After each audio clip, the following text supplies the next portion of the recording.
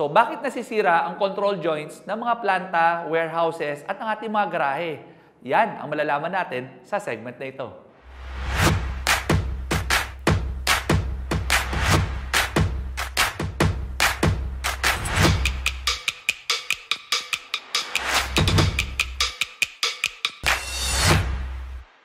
Napapansin nyo ba sa mga control joints natin, di ba? Nagbuhos na tayo, tapos nag-cutting tayo, or minsan naman gumawa tayo ng forma para magkaroon ng control joints, or mga minsan naman na gumawa tayo ng groove para magkaroon ng control joints. Bakit sa mga ibang mga ginawa natin nasisira, nadudurog, or nagka-crack, or lumalaki lalo yung mga control joints natin, no? Pero una, pag-usapan muna natin, ano ba yung mga types of joints, no? So actually, there are two types of joints. Yung isa is non-movement joints or mga cold joints. Ito yung mga old concrete na dinugtungan natin ng new concrete. Yan, joint din tawag doon. Pero ang tawag sa kanya, non-movement joint, no?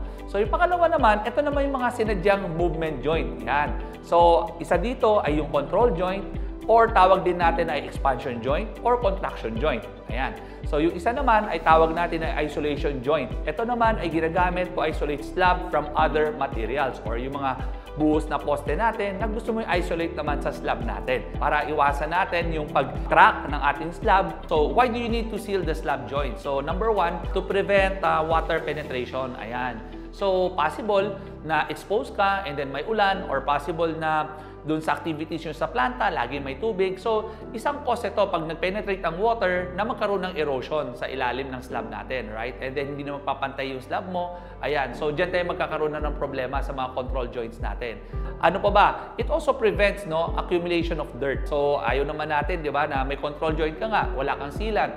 Tapos, ang dumi-dumi ng pumapasok doon sa control joint na yan, ang pangit-pangit tignan. Ayan. And number three, to protect the edges of the control joints. Bakit, no? Kasi di ba yung mga control joints natin, yung mga edges na yan, yan yung pinaka-weak part. So, kung napapansin nyo, kung nag-cutting kayo or naghanda kayo ng control joints nyo na walang sealant, ma-observe nyo na palaki ng palaki yung control joint na yon, tama?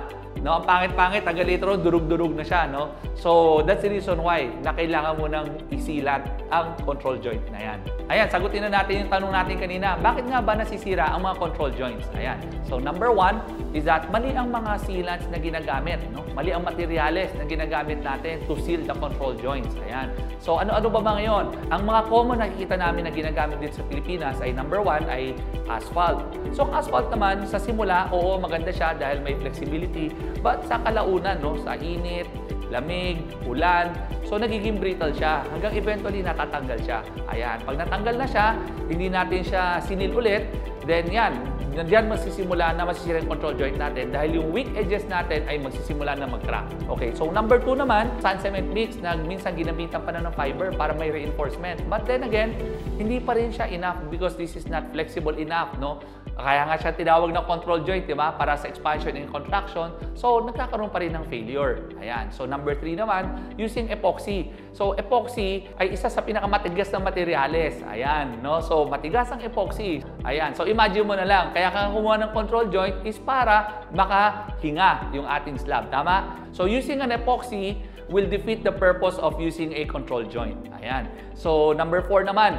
So, paggamit ng kung ano-anong sealants, no? Lalo na sa silicone sealant, hindi po pwede ang silicone sealant dahil napakababa po ng Shore A hardness niya. Para in layman's term, ano ibig sabihin nun? Masyado siyang malambot. Alright? So, imagine mo na lang, no? Kung napakalambot niya and then dadaanan mo ng gulong, edi lulubog lang yung silicone, right? So, pag lumubog lang yung silicone, yung edge mo, may expose na naman siya sa mga gulong. And then yung gulong na yan, unti-unti niya dudurugin na naman yung corner ng control joint. So, number 2, mahina ang ating slab.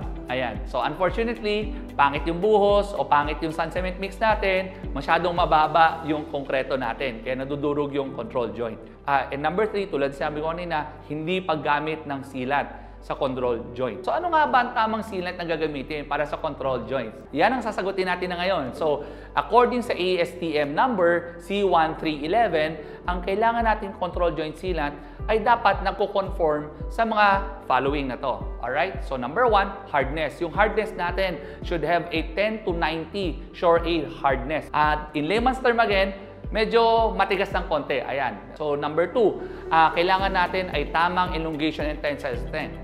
So sa elongation part, kailangan at least 100%.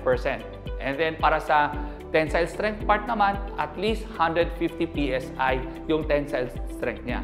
And number 3 naman, movement capability. It should have at least 50% of its size without cracking or losing adhesion. Under naman sa physical properties, ito naman kailangan natin tingnan. The adhesion should have at least 50 to 100 PSI yung strength. Ayan. Chemical resistance, resistant to salt, acids, and fuel, importante yon. And lastly, yung appearance, dapat uniform, consistent yung appearance, hindi pa bago-bago ng kulay. Hindi pagbili mo ng puti, mamaya medyo yellowish na. So, ano ang tamang control joint sealant? Under sa Build-Right, we have Stop-Gap CJ. Siya yung 2-part construction joint sealant na ginagamit namin para sa pag-seal ng mga control joint. So, ano ba ang maganda dito sa Stop-Gap CJ? So, number 1, it passes the ASTM C1311 na standards, no? And it has good chemical resistance, maganda rin kanyang adhesion. At the same time, this product is self-leveling, no? Napakahirap, di ba? Imagine mo kung hindi siya self-leveling, hindi bukol-bukol yung sealant ng control joints natin, di ba? Ang pangit. And most importantly, napakaganda ng kanyang Sure-Aid hardness. So, possible ngayon ay tanong niya sa akin, Sir Derek, ano ba ang recommended distance bago tayo maglagay ng control joints? So, ang recommendation namin ay yung area between 3 by 6 meters ay meron sana tayong control joints or upon recommendation ng inyong mga civil engineers. Ayan. So, paano nga ba gumawa ng control joints, no? So, number 1, yung isang ginagawa nila is nagkakatin sila. Ayan.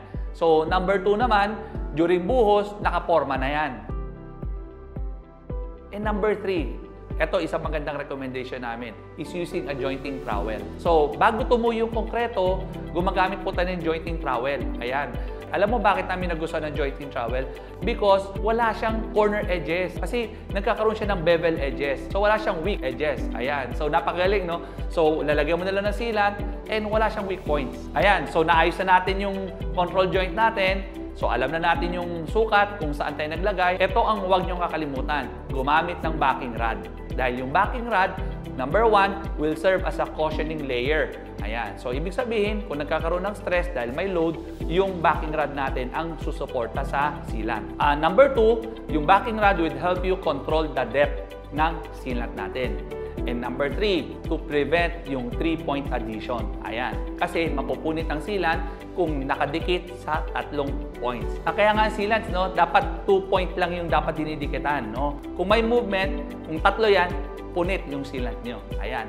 So, ang application ng mga control joints, normally sa mga warehouses, planta, garahe, ayan. And kung saan pa yung mga recommended ng ating civil engineer. Alright. So, ngayon, ready na tayo para panoorin kung paano gumamit ng Stop-Gap CJ. Panoorin nyo to.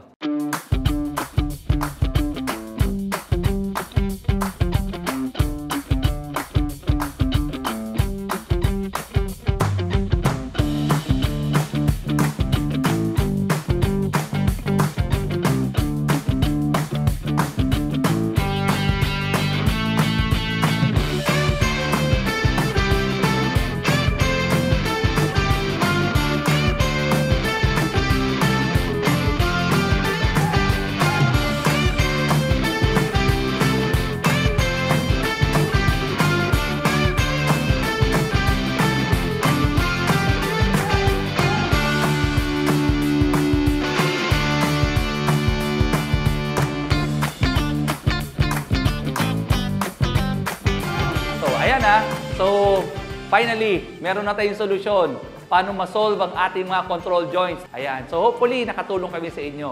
Again, kung meron kayong mga tanong, message nyo lang kami. Again, this is Derek Tan. Magtanong para sigurado.